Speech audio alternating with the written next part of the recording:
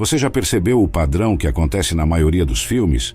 Iniciam-se com um conflito, uma tensão que cresce, escalando até um clímax onde a saída parece um sonho distante. Justamente quando a esperança parece ser uma chama prestes a se apagar, surge do nada uma figura inesperada, um herói que não apenas enfrenta a tempestade, mas a domina, trazendo de volta a ordem ao caos, a luz à escuridão. Esse momento, esse ponto de virada, não é apenas uma reviravolta na trama. É uma promessa de que, não importa quão sombrios sejam os dias, sempre haverá um amanhecer esperando para brilhar. E o primeiro livro de Reis na Bíblia é muito parecido com esses roteiros de filmes, com apenas duas diferenças. A primeira é que tudo que é narrado ali é real, aconteceu realmente no passado. E a segunda é que o grande vilão da história continua agindo até hoje, causando muito mal à humanidade. E no vídeo de hoje, eu quero falar com você sobre uma rainha chamada Jezabel, que levou seu marido a destruir a nação de Israel. E também quero falar sobre o seu espírito, uma entidade demoníaca que circula pelo mundo, influenciando pessoas a tomarem decisões contrárias à vontade de Deus. E em Apocalipse capítulo 2, do versículo 20 ao 25, Jesus alertou os cristãos sobre o espírito de Jezabel, que continua enganando muitas pessoas. E eu vou te mostrar como não cair nas tentações desse demônio. Mas antes de começarmos, eu quero pedir que você se inscreva no meu canal. É só clicar nesse botão inscrever-se que está aqui embaixo do vídeo. E depois ative o sininho da notificação para você receber no seu celular os próximos vídeos que eu colocar. Tá ok? Então vamos lá. Para entender o contexto da história do livro de 1 Reis, no Antigo Testamento, vamos enxergá-lo como um filme. Ele começa com Davi como rei de Israel, mas ele já está idoso e perto da morte. Depois dele, o seu filho Salomão assume o trono. O seu reinado tinha tudo para ser ainda melhor e mais próspero que o de seu pai. Foi Salomão quem construiu o templo do Senhor, mas ele acaba tomando algumas decisões ruins, e as coisas começam a dar errado. E assim que ele morre, a nação se divide em duas, e a paz nunca mais reinou como rei no passado. E muito disso acontecia porque a maioria dos reis de Israel eram maus, abandonaram a fé em Deus e introduziram ao povo outros deuses pagãos. E a situação piorou ainda mais quando Acabe chegou ao trono. E não é por acaso que a própria Bíblia o classifica como o pior rei que já existiu em Israel. Mas por pior que Acabe pudesse ser, grande parte da maldade que existiu durante o seu governo se deve à sua esposa, Jezabel. Jezabel era filha de um rei da Fenícia, que ficava onde estão o Líbano e a Síria hoje. A Fenícia era uma nação idólatra e inimiga do povo de Deus, mas Acabe se casou com a princesa daquela nação, mesmo assim, porque ele queria ter mais influência na região, fazendo daquela mulher rainha na terra em que Deus tinha prometido um dia a Abraão. E Jezabel adorava um deus chamado Baal, que era o deus da chuva e da fertilidade. E por ter crescido em meio ao poder e ao pecado, ela se tornou uma mulher muito influente, poderosa e principalmente muito má. Tanto é que o capítulo 25 de 1 Reis declara que ela incentivava Acabe a fazer o que era errado. Apesar de o rei de Israel ser o culpado por suas escolhas erradas, grande parte da sua queda se deve à sua esposa. Jezabel odiava tanto o Deus de Israel que ela ordenou que todos os profetas do Senhor fossem mortos. E perceba uma coisa, não foi Acabe quem mandou matar aqueles homens de Deus, foi a sua esposa. E por mais que ele estivesse longe da presença do Senhor, com certeza, ele ainda tinha um temor em seu coração. Já Jezabel só tinha ódio.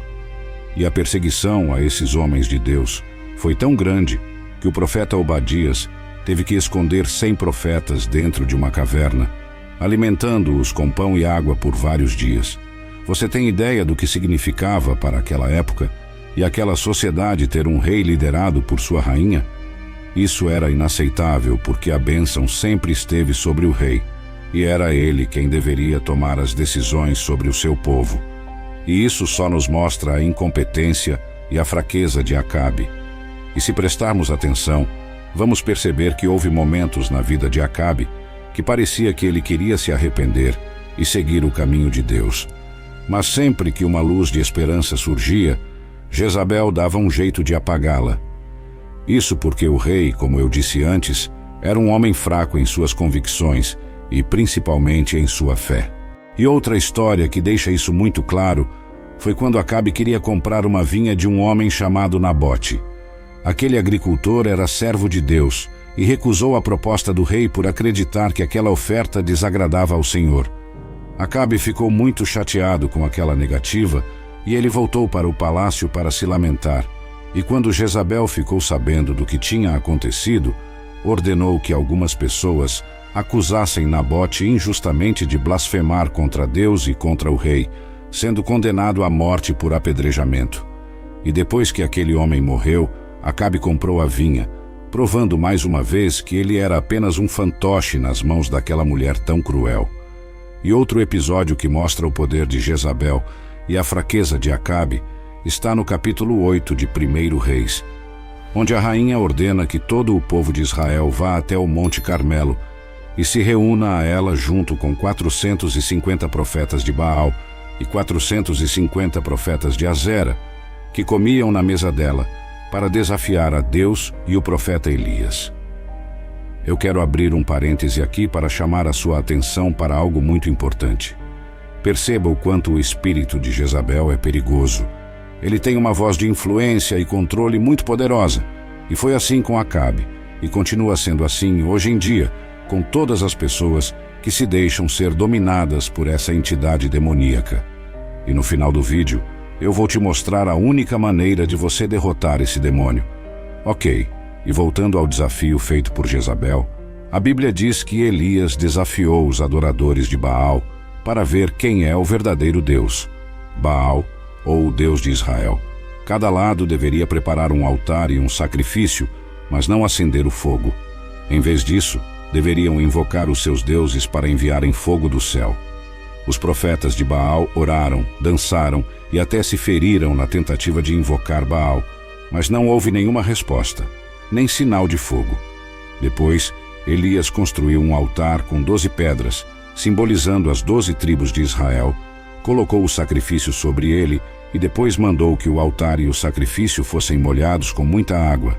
E então, ele orou ao Deus de Israel, e em resposta, o Senhor enviou fogo do céu que consumiu o sacrifício, a água e até mesmo as pedras do altar.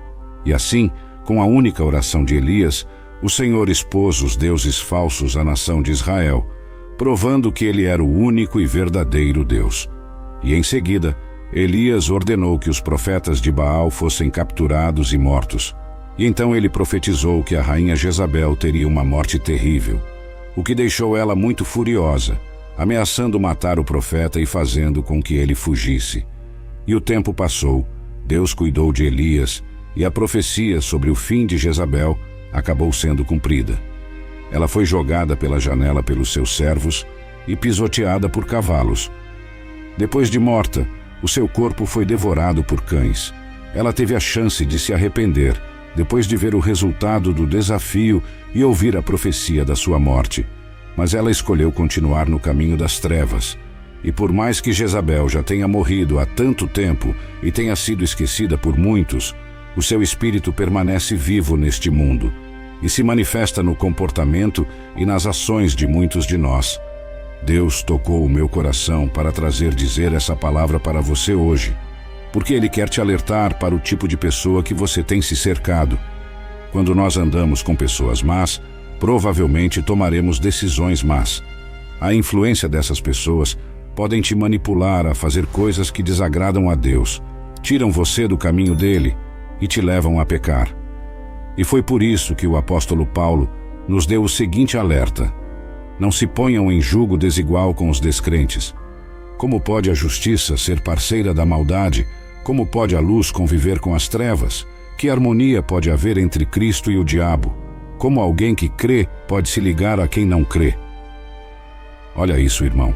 Você precisa ter cuidado com quem você permite entrar na sua vida. E isso vai desde uma amizade até um casamento, porque se você fizer isso, é muito provável que o seu cônjuge te leve para longe de Cristo. Mas que fique bem claro aqui que eu não estou incentivando um cristão que já se casou com um incrédulo a se separar. A Bíblia diz que nós devemos orar, crer que Deus pode mudar todas as coisas e não simplesmente desistir.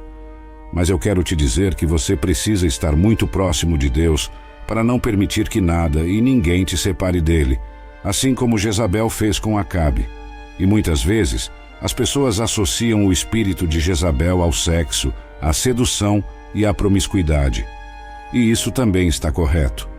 Mas eu acredito que esses são apenas alguns dos frutos dessa entidade satânica. E eu creio que existem 3 poderes principais desse espírito. E eu vou te mostrar quais são eles. O primeiro poder, o controle. Essa entidade é controladora, manipuladora. Ela aprisiona as pessoas. E diferente do que muita gente possa pensar, ela não tem gênero. Não é porque se trata de um espírito que tem nome de mulher que não possa se apossar da vida de homens também. E se você olhar ao longo da sua vida, geralmente são as pessoas sedentas por poder ou muito controladoras que acabam sendo possuídas por esse espírito e assim geram muita confusão e acabam sendo muito prejudiciais e desagradáveis. Vamos usar como exemplo os conflitos nas igrejas. Na grande maioria dos casos, eles acontecem por causa do controle. É pastor versus presbíteros, ministério de louvor contra diáconos, e por aí vai. Isso é o espírito de Jezabel que também tem habitado no lar de muitas famílias, inclusive cristãs. E não são poucos os casos de casais que me procuram pedindo ajuda por causa da briga pelo controle. E se isso é uma realidade dentro da sua casa, ore a Deus pedindo por mudança hoje mesmo, porque esse espírito maligno quer destruir o seu lar e a sua família. E mais uma coisa importante, não queira controlar o seu cônjuge, seus filhos, seus funcionários, colegas de trabalho ou qualquer outra pessoa que faça parte do seu círculo de relacionamentos, porque isso não vem de Deus. Por acaso, o Senhor te obriga a fazer alguma coisa? Ele exige que você o ame e o sirva? Não. Deus não te força a fazer nada. Ele quer que você seja salvo, mas Ele não te obrigará. Jesus disse que está à sua porta e bate, e Ele só entrará na sua vida se você permitir. Cristo jamais vai exigir que você o receba e o aceite. E o segundo poder, a religiosidade. A história de Jezabel também serve para nos alertar sobre pessoas que têm um espírito religioso. Então, tome muito cuidado com quem vive falando que é de Deus, que vive dentro da igreja, mas que não tem um relacionamento íntimo e verdadeiro com Ele. Essas pessoas cumprem os seus deveres religiosos, buscam ou mantêm altos cargos dentro da congregação e, por causa disso, se acham melhores e mais importantes do que os outros cristãos, quando, na verdade, não carregam Cristo em seus corações. E por mais que não sejam adoradoras de Baal ou de outra entidade, essas pessoas adoram a si mesmas. E por isso, elas são tão idólatras quanto um pagão. O terceiro poder, ódio à autoridade erguida por Deus. Na sua mente, Jezabel tinha toda a autoridade como rainha de Israel e não se importava com os profetas e nem com o povo de Deus. Ela não se arrependeu dos seus pecados, mesmo depois que Deus provou seu poder no Monte Carmelo. Ela também zombou de Jeú, o comandante militar do exército de Israel, antes dele ordenar que os seus servos a jogassem pela janela. Esta história, tão detalhadamente narrada nos livros bíblicos de Reis, ilustra um ponto crítico sobre a natureza humana e a propensão ao orgulho e à rebelião. A atitude de Jezabel perante Deus e sua autoridade destaca uma lição eterna sobre as consequências da arrogância e da recusa em se submeter à vontade divina. A Bíblia está repleta de exemplos que nos ensinam a humildade perante o Senhor e a importância de respeitar as autoridades que Ele estabelece, sejam elas espirituais ou terrenas. A história de Jezabel nos leva a refletir sobre nossa própria vida e as vezes em que podemos ter colocado nossos desejos e vontades acima dos de Deus.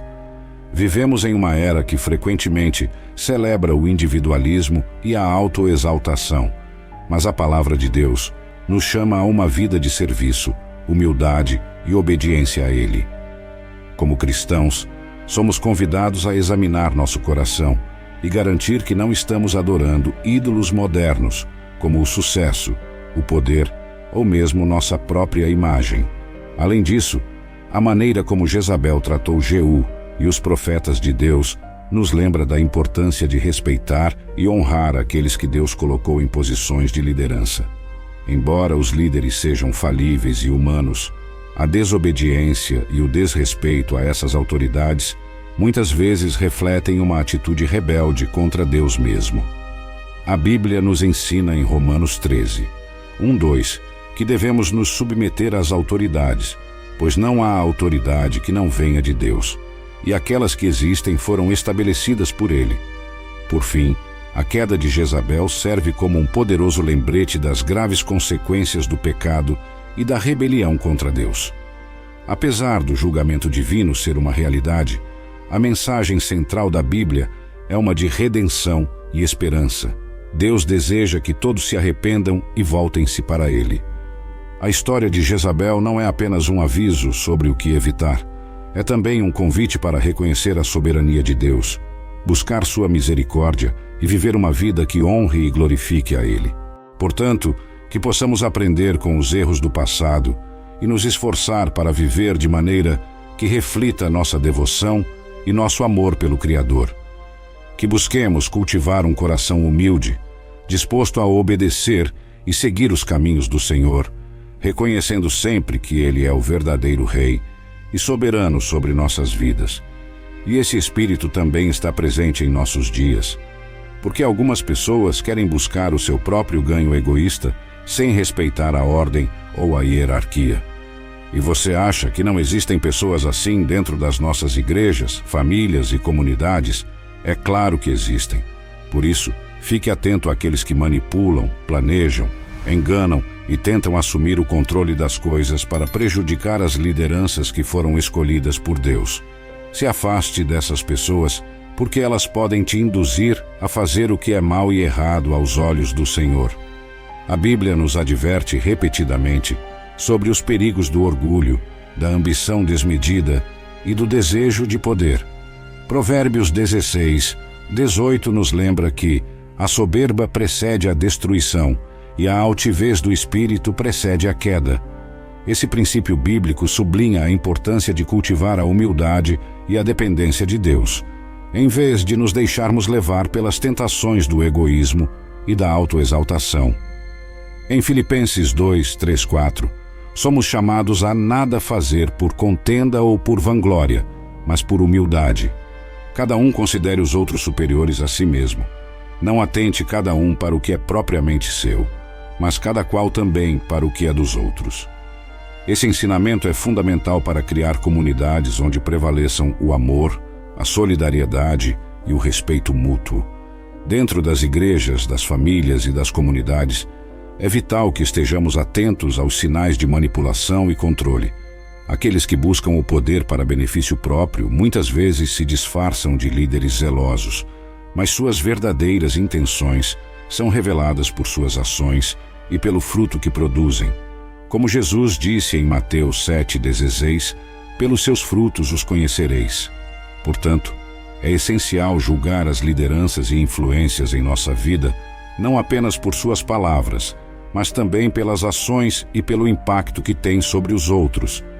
Se identificarmos alguém agindo de forma contrária aos princípios do Evangelho, buscando prejudicar os outros ou desrespeitar a ordem estabelecida por Deus, é nosso dever, como cristãos, nos afastarmos e, se possível, orientarmos essa pessoa ao arrependimento e à verdadeira fé.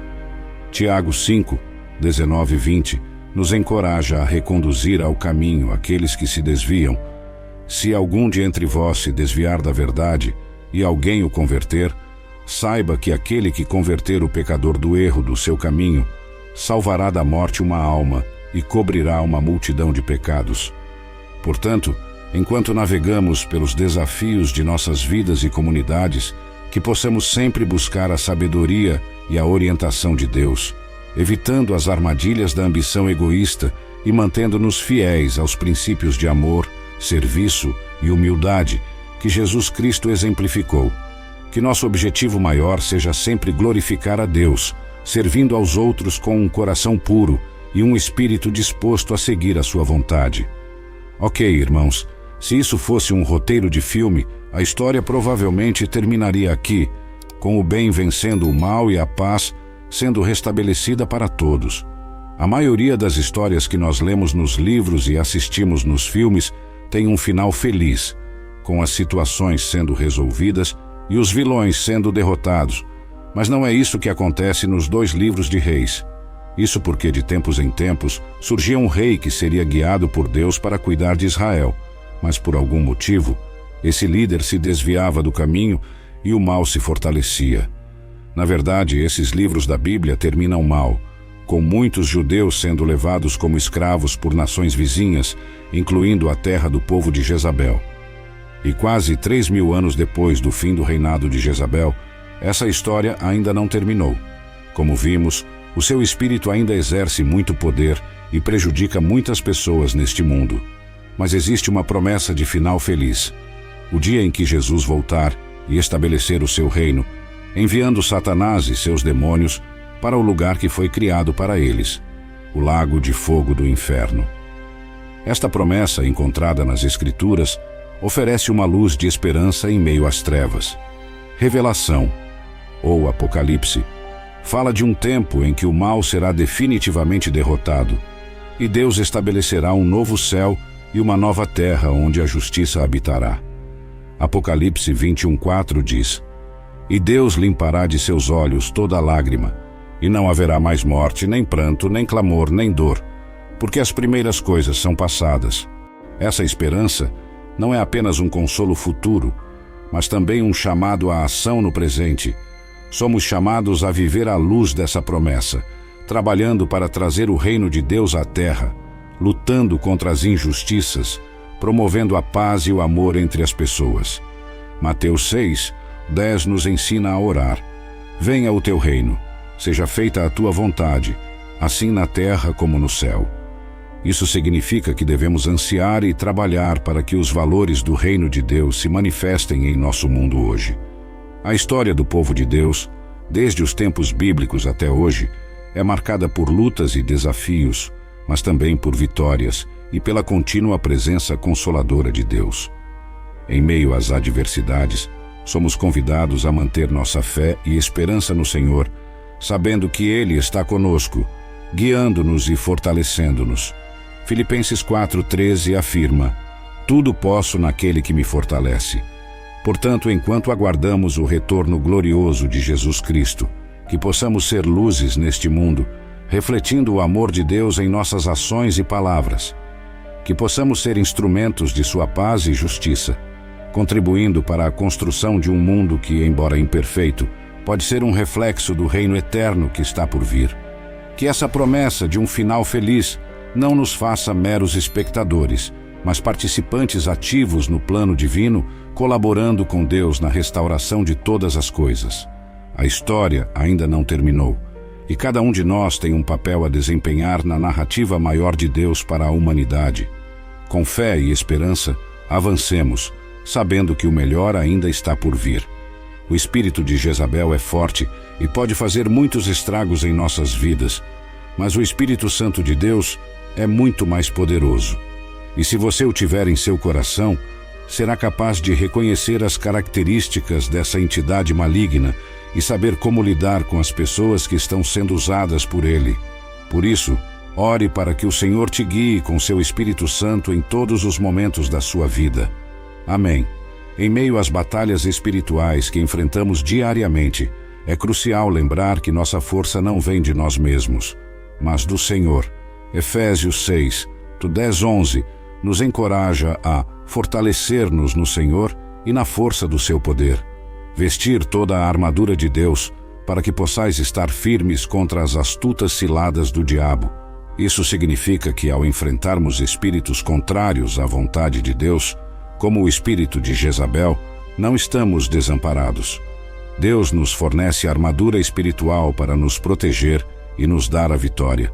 O primeiro passo para vencer essas influências malignas é reconhecer sua existência e entender que elas podem afetar qualquer um, inclusive os mais fiéis entre nós. No entanto, com o discernimento que vem do Espírito Santo, podemos identificar essas influências e nos opor a elas com a palavra de Deus e a oração. Tiago 4:7 nos instrui: sujeitai-vos, pois, a Deus, resisti ao diabo, e ele fugirá de vós. Além de resistir ao inimigo, é essencial nutrir nosso relacionamento com Deus, fortalecendo nossa fé e dependência dele. A leitura diária da Bíblia, a oração constante e a comunhão com outros crentes são práticas fundamentais que nos mantêm conectados à fonte de nosso poder. João 15:4 nos lembra: permanecei em mim, e eu permanecerei em vós. Como a vara de si mesma não pode dar fruto se não permanecer na videira, assim nem vós, se não permanecerdes em mim. Lembre-se de que o amor de Deus por nós é incondicional e que Ele deseja nos ver viver uma vida plena e livre de qualquer opressão. Em 1 João 4:4, somos consolados com estas palavras: filhinhos, sois de Deus, e já os vencestes, porque maior é o que está em vós do que o que está no mundo. Portanto, mesmo diante das adversidades e influências malignas, podemos confiar que, com Deus, somos mais do que vencedores. Que possamos, então, buscar diariamente a direção do Espírito Santo, permitindo que Ele nos guie em todas as nossas decisões e interações. Com sua ajuda, podemos superar as influências malignas, como o espírito de Jezabel, e viver uma vida que glorifica a Deus em todos os aspectos. Que o Senhor nos fortaleça, nos proteja e nos conduza pelo caminho da justiça para o seu nome. Amém. Nessa jornada de fé e resistência contra as influências negativas, como o espírito de Jezabel, é vital reconhecer a importância da comunidade de fé. A Bíblia nos ensina em Hebreus 10:20-25 a considerarmos-nos uns aos outros, para nos estimularmos ao amor e às boas obras, não deixando de congregar-nos como é costume de alguns, mas admoestando-nos uns aos outros, e tanto mais quanto vedes que se vai aproximando aquele dia. Em uma comunidade de fé, encontramos suporte, encorajamento e a correção fraterna necessária para permanecer firmes na fé e resistir às tentações e enganos do inimigo. Além disso, o poder da oração em comunidade não pode ser subestimado. Quando nos unimos em oração, fortalecemos uns aos outros e multiplicamos o poder espiritual contra as forças das trevas.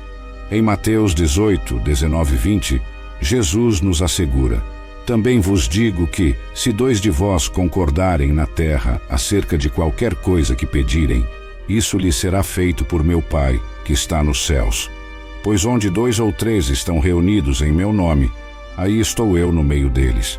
Essa promessa nos lembra que não estamos lutando sozinhos. Jesus está conosco, especialmente quando nos reunimos em seu nome para buscar a sua vontade e interceder uns pelos outros.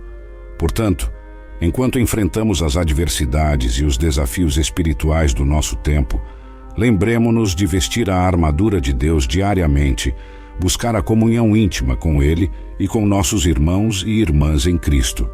Através da palavra, da oração e da comunidade, temos tudo de que precisamos para superar as influências malignas e viver uma vida que reflete a glória e o amor de Deus.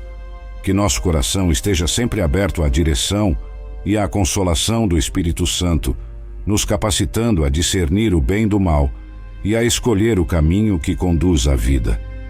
Que nos esforcemos para ser exemplos de fé, amor e santidade em um mundo que muitas vezes parece estar perdido nas sombras. E, acima de tudo, que mantenhamos nossos olhos fixos na promessa da eternidade com Deus, sabendo que no final, o bem triunfará sobre o mal e o amor de Deus reinará supremo. Até lá, que sejamos fiéis, corajosos e cheios de esperança, cumprindo a missão que Deus nos confiou para a sua glória e para o bem de todos aqueles que Ele ama. Amém. Se você gostou dessa mensagem, compartilhe com o maior número de pessoas. E eu te espero no próximo vídeo. Que Deus te abençoe poderosamente. Um grande abraço.